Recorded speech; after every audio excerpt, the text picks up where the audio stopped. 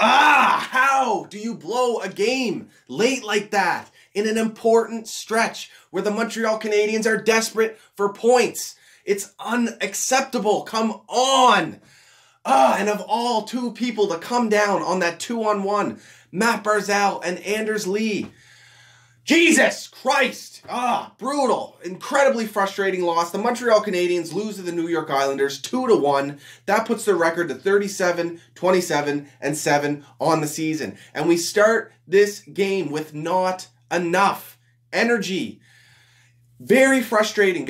For the most part, got dominated in that first period. Now it was entertaining to watch, only because Carey Price stood on his head with a ton of fantastic saves. Saves he made look easy because he's positionally sound, but also some nasty desperation saves. And if it wasn't for him, the Habs would not have been in that game following the first period. And he continued that solid play throughout the rest of the game. They needed him at his best, and he was last night. And unfortunately, the team let him down. Very frustrating. We go into the second period. Adam Pelech gets the first goal for the New York Islanders, assisted by Anthony Beauvillier. And thankfully, at the end of that second period, Jordie Benn absolutely wires one from the point past Thomas Greiss. Benn's 5th goal of the year, a career high for him, and it has to be mentioned as well, he is 3 assists away from his career high in apples. So great season for Jordie Benn, and not only that, with his offensive production, he's got 112 hits and 115 blocks. So he plays some tough hockey for us. Very sound third pair defenseman. I love what he brings to our team, and I would not be disappointed to see him added to our roster again next year and get a little contract extension. We go into the third period now. Fairly good third period. Montreal had their chances. For the most part, throughout the night, Carey Price was clearly the more tested goalie. The Islanders had way more high danger scoring chances than we did, but that is not to say Thomas Greiss didn't have to make some sound saves throughout the game, but especially in the third. Jonathan Drouin had a really nice shot, 2-on-1. I think the pass came from Domi. Greiss had to be aggressive and come out. He had a very nice stop on Jonathan Drouin with the glove. Kotkaniemi as well comes in with the toe drag and can't quite finish the play, but very nice play from Montreal, and Thomas Greiss standed tall in that situation. He has a .928 save percentage on the season, playing fantastic for the New York Islanders. But then we get to the end of the third period. Jonathan Drouin and Max Domi getting fancy in the offensive zone. And there are a few people here that we can kind of put at fault for this goal. Basically a team effort giving up this goal at the end. Very frustrating. Starts off with Max Domi and Jonathan Drouin making a play. Now, when Jonathan Drouin is coming into the slot on his backhand, you'd like to see him just throw it on net. And he ends up throwing a blind pass to nobody. You could say that maybe you want Max Domi driving the net there to be in position to finish the play. But at the end of the day, you'd hope that Jonathan Drouin is a little bit more aware and has his head up and knows that no one's there. End of the day, pass goes to nobody. It bounces off the boards. Brett Kulak with an ill-timed pinch late in a tie game. Unnecessary. He comes in, very bad timing, and if you're going to do it, gather the puck or at least hold it up. The Islanders make a nice touch pass on it, and there's some miscommunication between Max Domi and Brett Kulak, and Max Domi can then not cover for Kulak, and we end up with a 2-on-1 with the last two guys you want coming down the ice on you late in a game, 1-1, Anders Lee and Matt Barzal. And here we go with Jeff Petrie. Now, he does get a pass on this because it being a 2-on-1 in the first place was not his fault whatsoever, and good on him for being the last man back. But it has to be said, he did not play that 2-on-1 appropriately. Basically, what happened was, he did exactly what Matt Barzal wanted. And you can't discount the Islanders here because they played that 2-on-1 perfectly. Two fantastic players in the NHL. Matt Barzal draws Petrie into him with that patience with the puck. And as soon as Jeff Petrie comes in, Matt Barzal slides that pass over to Anders Lee. And there's nothing Price can do on that. Not only because of the nice play from Barzal, but Anders Lee is one of the best finishers in the NHL. And sure enough, he goes and does it there. Jeff Petrie has to just Take the pass away, and trust your goaltender. Of all goalies, Carey Price is behind you. Trust him to take that shot from Matt Barzal. Make sure that pass does not get through. Man, that is a tough goal to give up late in a game like that.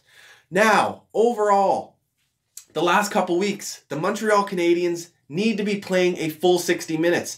And what's happened has already happened. So from here on out, they have to be ready from puck drop immediately to play 60 or 65 minutes if necessary. No more of this coming into games and waiting for reasons to be motivated, whether it be getting scored on or going into an intermission outplayed and having to come out with more energy. They have to be ready from puck drop to play if they want to push for the playoffs. It was clear last night which team wanted the points more desperately and which team is primed and ready for the postseason, and that was the New York Islanders. Now, as much as I want to sit here and bitch and fucking complain about how we got outplayed for the most part, specifically in that first period, you got to give credit where credit is due. The Islanders are a sound hockey team, and sometimes the Habs getting outplayed is not necessarily because the Habs themselves are playing bad, but more so because their opponent is playing that good, and that really may have been what it was with the Islanders last night. They play some strong defensive hockey, and once they get into your offensive zone, the puck stays there, and they cycle, and they get chances. They're working it down low. They're strong on pucks. But overall, defensively, not just their D-core, which consists of Nick Leddy, clear first-pair defenseman, great puck mover. He's got now Scott Mayfield on his right side, who's putting together a very strong season defensively. Has made a really good pair for Nick Leddy. They complement each other very well. Then on their second pair, Adam Pelech, Ryan Pulock, strong defensively as well. And Pulock, a former first-round pick, great puck mover. That's a really sound second pair for the Islanders. And then on the third pair, Thomas Hickey and Devin Taves. That's a sound third pair as well. But not only that D-core, which is great in its own right, but their forwards play some strong defensive hockey and some structurally sound hockey under Barry Trotz. Brock Nelson is having a great defensive season, strong in the face-off dot, and great in his own in his own zone. Solid two-way center, and so is Valtteri Filppula. Same reasons, strong in the face-off dot, great in his own zone, and he can pitch in offensively as well. And then you have that fourth line to deal with. Casey Cizikas, Matt Martin, and Cal Clutterbuck. The toughest fourth line in the league to play against. They play teams hard, physically, and they beat you up and wear you down, and they can get their scoring chances as well. Cal Clutterbuck and Matt Martin are known to get the odd goal and be able to finish. Matt Martin has an underrated shot, and it's no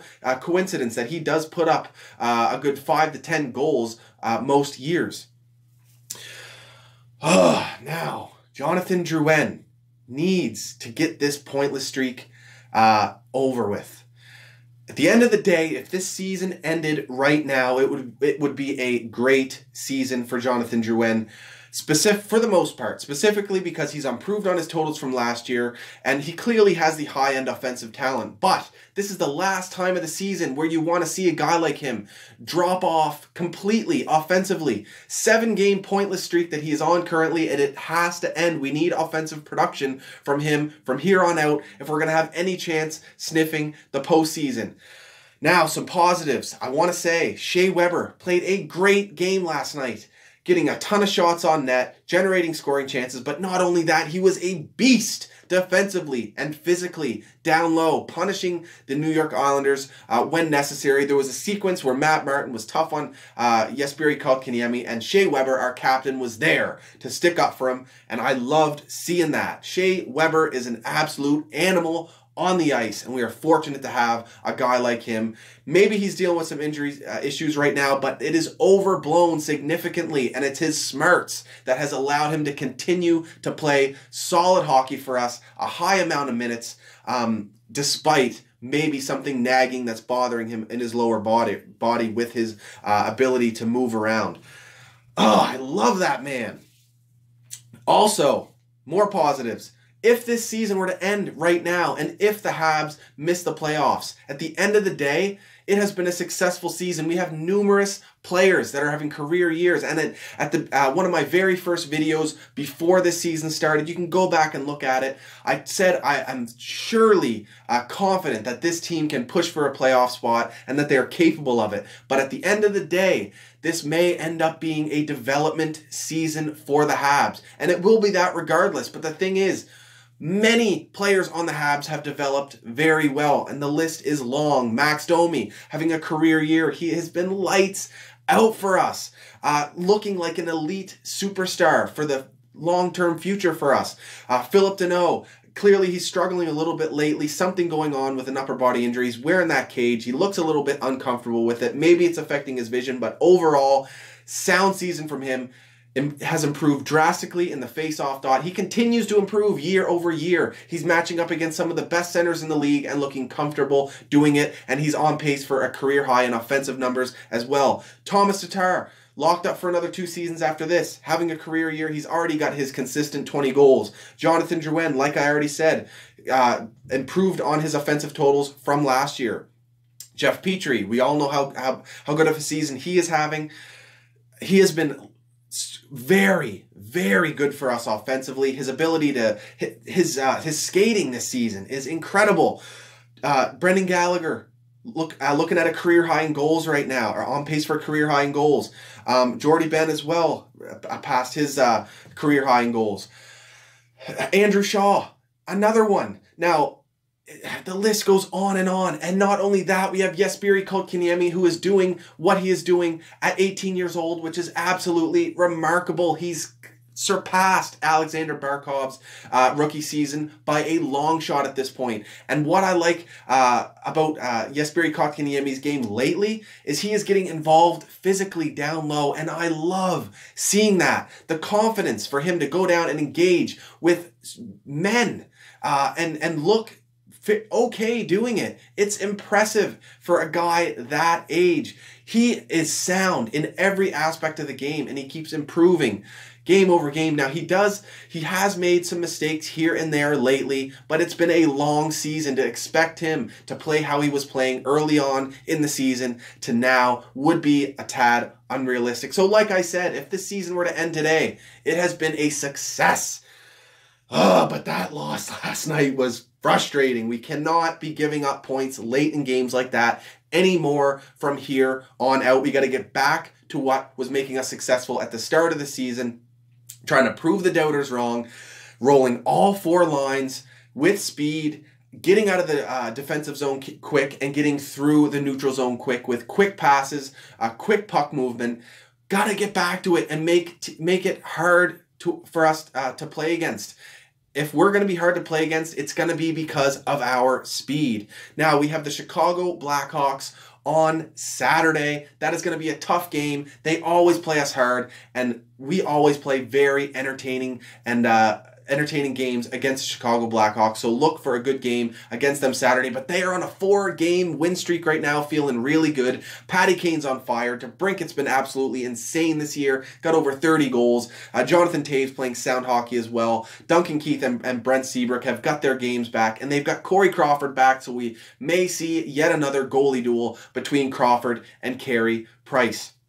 And you know how well Crawford always plays in Montreal. It's going to be tough, but we need those 2 points on Hockey Night in Canada. Now, we're still tied with Columbus for that last wildcard spot in the East, but they've got a game in hand, and it is going to be a really tight race. It keeps getting tighter and tighter with the Habs giving up these points, but if you look at Columbus's schedule, it is very difficult. They've got Carolina tonight. We got to hope it doesn't go to overtime because we don't want any extra points being given out in a game like that. Following that, they got Boston. Then they go out west and they face Calgary, Edmonton, and Vancouver. I see 2 games they should win in there against Edmonton and Vancouver. And then following that, they got the Islanders. Then they have us, which is going to be likely one of the most important games of the season. We outplayed the hell out of them the last time we played. They're going to want to look to beat up on us, but we need those 2 points against them desperately. And after that, they have Nashville. So a very tough schedule for the Columbus Blue Jackets. We're going to be looking at that very closely to the right to the end of the rest of the season. Oh, man, it would have been nice to at least push into overtime last night and get 1 point out of that game and give ourselves a chance to win, especially with how well Carey Price was playing. So overall last night, we get outshot 38-34, Carey with 36 saves, Greiss with 33 saves, 50-50 in the faceoff dot, so that's good to see. 0 for 2 on the power play. Oh, we got to finish some plays on the power play. We got to start getting this trending up. It's highly unlikely it happens at this point, but for the love of God, please, please. 0 for 2, but still, an onus on puck movement, which is good to see. They're making quick decisions, and they are getting scoring chances. Just got to finish them. 2 for 2 on the penalty kill. That continues to be a strength for us. A lot of that thanks to Carey Price, but we do have some solid penalty killers as well out there for us. That's about it, guys. Let me know what you thought about this game down in the comments. Get in on the discussion down there. Don't forget, I'm going to be appearing on the From Failing Hands podcast at some point in the next couple weeks. I'll give a link when I have it and provide more information when I have it. And of course, follow me on Twitter, Instagram, and Facebook at ScotianCanadien if you like my content. Ask some questions down there. I'll try and answer them after the next one. I didn't get too many questions after the last reaction video, so get them questions in there. I love talking to you guys. Anyway, that's about it. Cheers, guys.